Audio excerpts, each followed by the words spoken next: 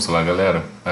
Aula 5, Física 1, tá? Livro 2. Vamos lá, dilatação dos líquidos. Como nós já estudamos dilatação, né? Começamos a estudar dilatometria. Na realidade, na Física 1, nós começamos com termometria, estudamos escalas termométricas e conversões dessas escalas termométricas de temperatura, Celsius para Fahrenheit, Kelvin e vice-versa. Depois nós estudamos a dilatação linear, onde nós estamos analisando simplesmente a variação no comprimento de um determinado material. A dilatação superficial, onde nosso objetivo de estudo era analisar o quanto de área esse determinado material sofria ao ser aquecido, e a dilatação volumétrica dos sólidos.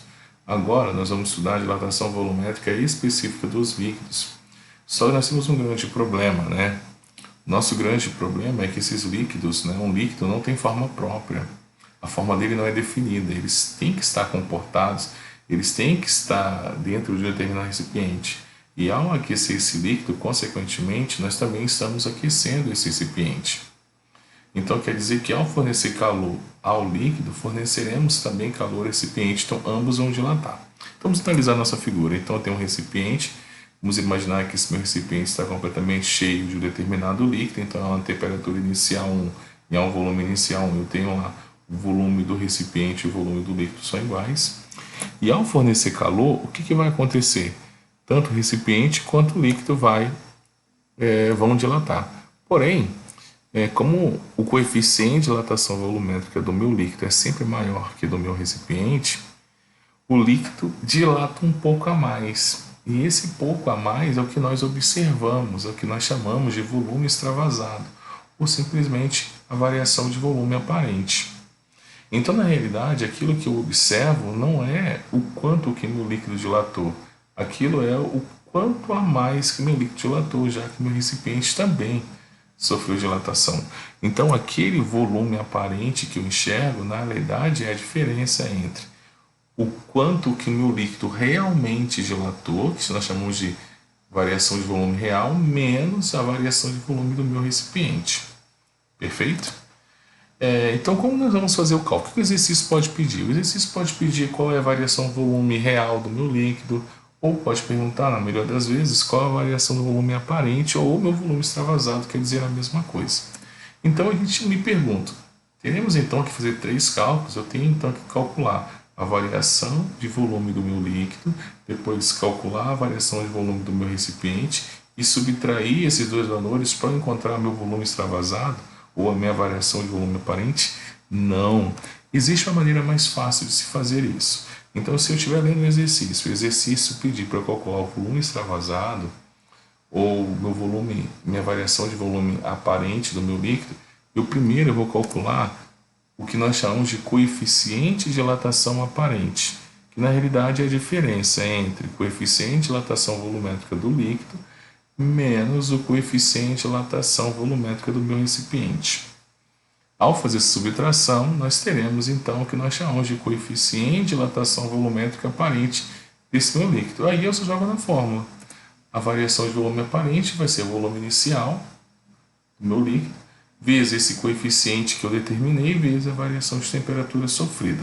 Perfeito? Então, se eu estiver lendo o exercício me pedir qual é o volume extravasado, ou qual é a variação de volume aparente, eu posso fazer esse cálculo em duas maneiras. Primeira maneira, eu calculo a variação de volume do recipiente do meu líquido e faço a diferença entre as duas, ou eu calculo o que nós chamamos de coeficiente de dilatação aparente, descrito aí no primeiro passo. Tá? Perfeito? Então, agora nós vamos ver, né, se vocês conseguirem entender o que nós estávamos discutindo até agora. Então, ela é bem curtinha, tá, galera? Olha só o primeiro exemplo que eu trouxe para a gente. O líquido é colocado no recipiente a uma temperatura inicial de 20 graus Celsius. Em seguida, ele é aquecido até atingir a temperatura de 80 graus Celsius. Então, repare que ele sofreu uma variação de temperatura de 60 graus Celsius, né? De 20 para 80. Sabendo que o coeficiente de dilatação volumétrica desse líquido é 3,8 vezes 10 a menos 4, e o que o volume inicial dele é de 500 ml. Calcule a dilatação sofrida pelo líquido, despreza a dilatação do recipiente. Então, já que eu vou desprezar, quanto de variação de volume o líquido sofreu? Vamos lá. Variação de volume é igual ao volume inicial vezes coeficiente vezes ΔT. Então, a variação de volume que eu quero calcular, meu volume inicial é 500, meu coeficiente de dilatação é 3,8 vezes 10 a menos 4, e a minha variação de temperatura, como eu disse, é 60. Você pode multiplicar isso tudo aí, depois operar com as potências de 10, e eu vou fazer o seguinte, eu vou simplificar. Vou cortar 2 zeros do 500 e 1 zero do 60, como está todo mundo multiplicando, e vou aumentar em 3 unidades meu expoente lá, ó, de base 10. Então, ao invés de ser 10 a menos 4, virou 10 a menos 1. Então, agora ficou mais fácil para mim. 5 vezes 3,8 vezes 6. Isso vão dar 114 vezes 10 a menos 1. E para eu eliminar esse 10 a menos 1, basta eu andar com a vírgula para a esquerda uma casa. Então, quer dizer que a variação de volume sofrida pelo líquido foi de 11,4 mililitros. Perfeito, galera? Quem não gosta de fazer essa simplificação, de cortar esses zeros, pode multiplicar todo mundo, faça como acharem melhor. Lembrando que a velocidade de resolução é muito importante para a gente, que vai fazer concurso, vestibulares, Enem ou qualquer outra prova seletiva dessa. Perfeito, galera? Mais um exemplo agora um pouquinho mais complexo.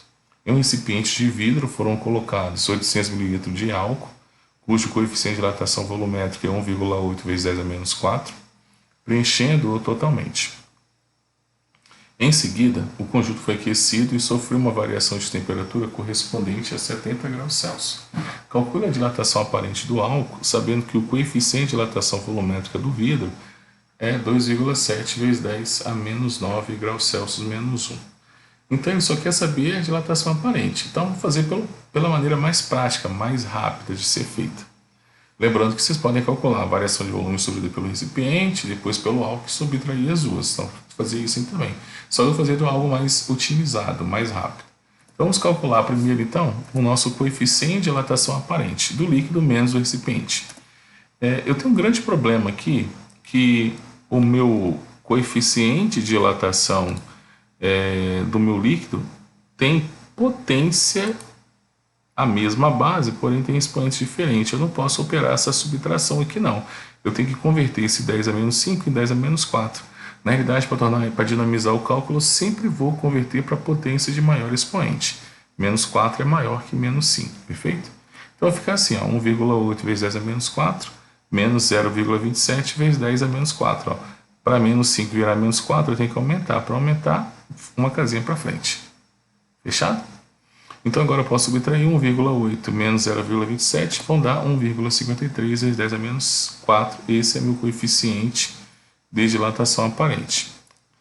Agora eu jogo na fórmula a variação de volume aparente, ou seja, o volume extravasado, volume inicial, que eu tenho, que é 800 ml, coeficiente de dilatação aparente, que eu também tenho, que agora eu calculei, e a variação de temperatura que está aqui, 70.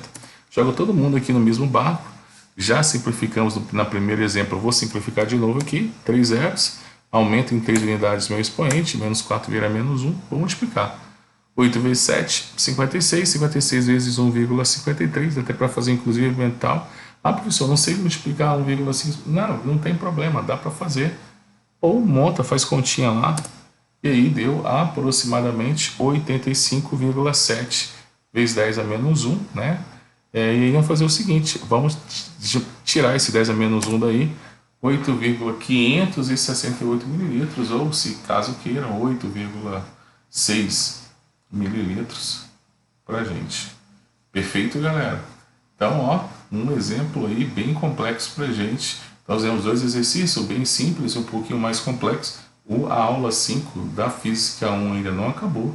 Nós vamos discutir na próxima videoaula a dilatação anômala da água, perfeito? Mas essa primeira parte aqui nós terminamos. Beleza, galera? Tamo junto, perfeito?